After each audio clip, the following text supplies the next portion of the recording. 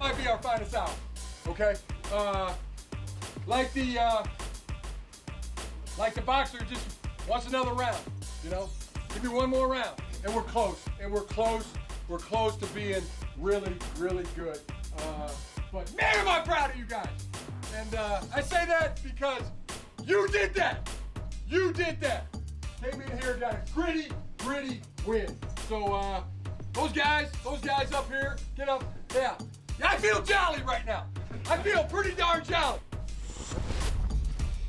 Jim Harbaugh. Did you say jolly? Jolly. Because they always say he's a jolly good fellow. Right. So maybe he was turning the lyric back onto himself. Right. I don't know that that's their finest hour. They blew a 13-point lead. Yeah. They had to pull a rabbit out of their butts to win that game against the Miami Dolphins. The Miami Dolphins are now 1-15 in their last 16 games against teams with winning records. Yeah.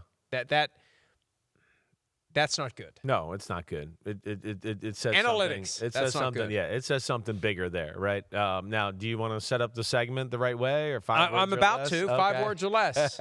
I got 2 words for you. Yeah, What are they? Say them. Well, the second one's you. Yeah, right. I got you.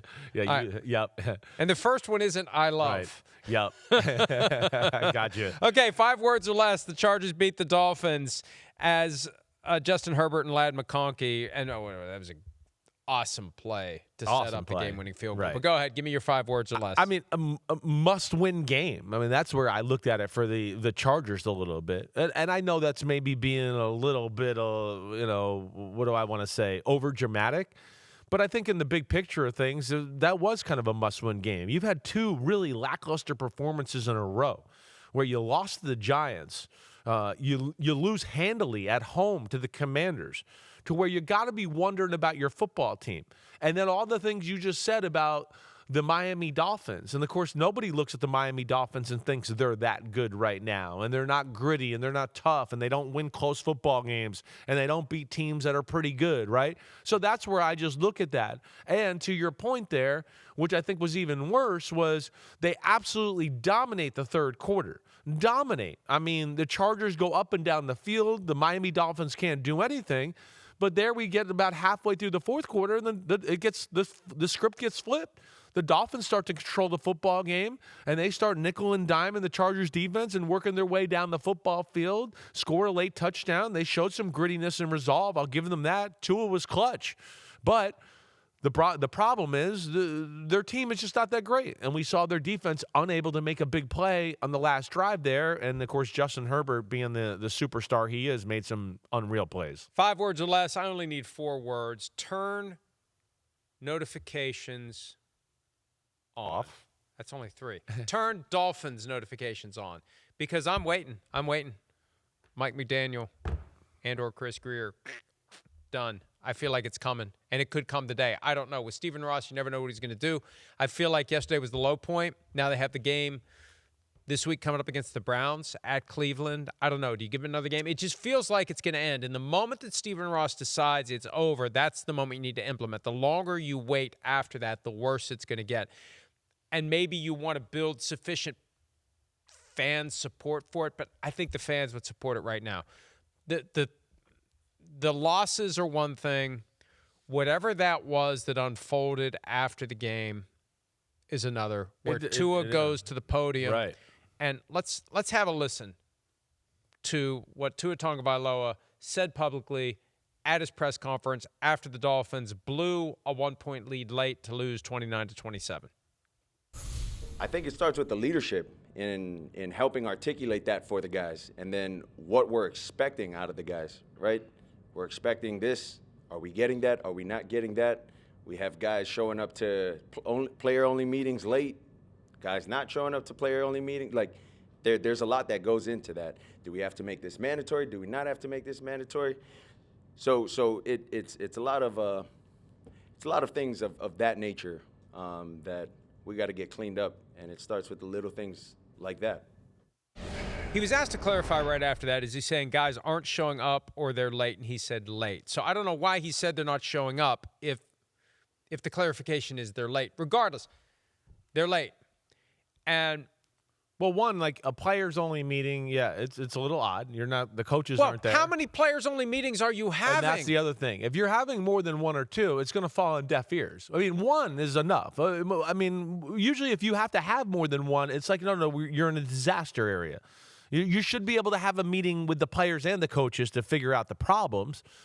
And then on top of that, why air your dirty laundry out? Why does he continue to do that? That is not leadership. I thought Devin McCourty hit the nail on the head in the pregame show last night. I really did. I thought he was unbelievable in what he said. He just said, well, you're talking about leadership. You're the leader. You're the captain. You're the one with the C right there. And obviously, they're not respecting the leader and the captain. And what you do right there with airing the dirty laundry out, and like he's done a few times here this year already, he says things that are just, we don't need to hear them in the public. Keep them in-house. Work on it there. Let me say this too. Being a part of a player-only meeting with leaders and veterans and things like that. We had a few in my day down in Tampa Bay, right, with that crew there. Monty Kiffin leading our defense, Derek Brooks, Rondé Barber. Now, it was a few over a 6-year period when I was there, not a few in a season. And let me just say this too. On top of this, to the point Devin made last night, or to the anti-Tua and what he's talking about there, if we were having a players-only meeting in Tampa Bay, Derek Brooks would probably be running the meeting, right? Derek Brooks, first off, if somebody walked in late to the players-only meeting, he'd probably say something or give them a look to where that player would be like, oh, man, I'm going to hear it from Brooks after this, right? And if somebody wasn't in the meeting, we wouldn't have started the meeting because Derek Brooks would have gone and found the guy and gone, hey, what the hell are you doing? We're having a players-only meeting. And probably would have had some other veterans with them, too, to look on it that way. So that to me is, yeah, it shows his leadership style. And then I don't think it helps anything right now with him saying that and people questioning everything going on with the Dolphins anyways. Now he just puts more of a spotlight on you and the coach again. And I don't think that's conducive to winning football games or being a better football team. If you're having players-only meetings on a regular basis, it eventually becomes a book club. Exactly right. And it does. It takes away teacher's pet crap. Right. Right. And it put Mike McDaniel in a really weird spot. It definitely did. Because McDaniel, and we love him, but boy, there are times where that meandering, filibustering style just falls flat. Yeah, I think it's... And when you're in a tough spot, right. like, it's one thing to be the toast of the town and somebody asks you a question and you've got this long, thoughtful answer, and we're all like, wow, we've never heard a coach talk like that before. This is great. This guy's real. But when you're on the ropes, it feels like you're just trying to buy time. Yeah. And it feels like you're searching for the right word to say when there isn't one. Right. And he had this, like it's direct communication. Well, no, direct communication is to go to the players and say, what are you doing? And I understand that sometimes when you've tried privately to get through to people, right, the only way to do it is to call them out. But maybe you should say that. Maybe you should say, you know what? I've tried to deal with this behind closed doors, and I know this is unusual for me to take this to the media, but I just want you all to know we got some guys here that aren't doing what they're supposed to do. Yeah. And they're not showing up for these meetings. And how are we supposed to win if they're not taking care of the little things? I mean, I don't think it's leadership to do it the way he did it. It's bad leadership to do it the way that he did it, especially because you know what's going to happen now when Mike McDaniel meets with reporters today? He's going to be asked, well, who was he talking about? Exactly right. And when Tua meets with people reporters are on going to Wednesday, dig now, ask who are you other talking players about that. What's going on? Exactly. Why aren't they listening to Tua? Right. What's Tua doing at these meetings? Is he late for meetings? Right. I saw a tweet, and I didn't have a chance to validate it, but somebody retweeted a tweet from a guy who claimed he was with the Dolphins for a little while, and Tua was late for meetings. So we're going to have all of this stuff now. Exactly. This is what you The bottom line is they're not good. And there are many reasons why they aren't good. And this is but some when of it. you feed into the machine, right, the social media machine, this is why guys can, I don't pay attention to the noise. Well, when you throw gasoline onto the fire that is the noise, you better have an understanding of how the noise works, because Tua has now just added to it. He's put rocket fuel 100%. into the noise. That's all they're going to talk about down in Miami this week. That's why I feel like in a weird sort of way, maybe it was passive aggressive. He's pushing the situation toward a critical mass where a big change needs to be made, and he's the one that's got security through next year. Yeah. He's not going to go. somebody else is going to You can go. call out them publicly without calling them out publicly on a microphone. Like if you were in a team meeting or just in the locker room, you could call them out. That's public, and you could do it. And everybody would get the point in the locker room and the team, and it would put that guy, whoever he's showing up late or whatever. And like Devin McCourty said, there might be a confrontation in the locker room, and the guy might, get up in your face and what's going on. But that's what goes on in an NFL locker room. It may be that he's got no authority in the locker room. So, it may be well, they don't listen to him. That wouldn't surprise me either. I mean, we've heard stuff like that before down there too. So we'll see where that goes. Back to this though. Let me just hit one more thing on the game. The Chargers won. They're 4-2, but I'm a little worried about the Chargers. There's no question. The Chargers. It's so much work on the offensive side of the ball right now. It's work.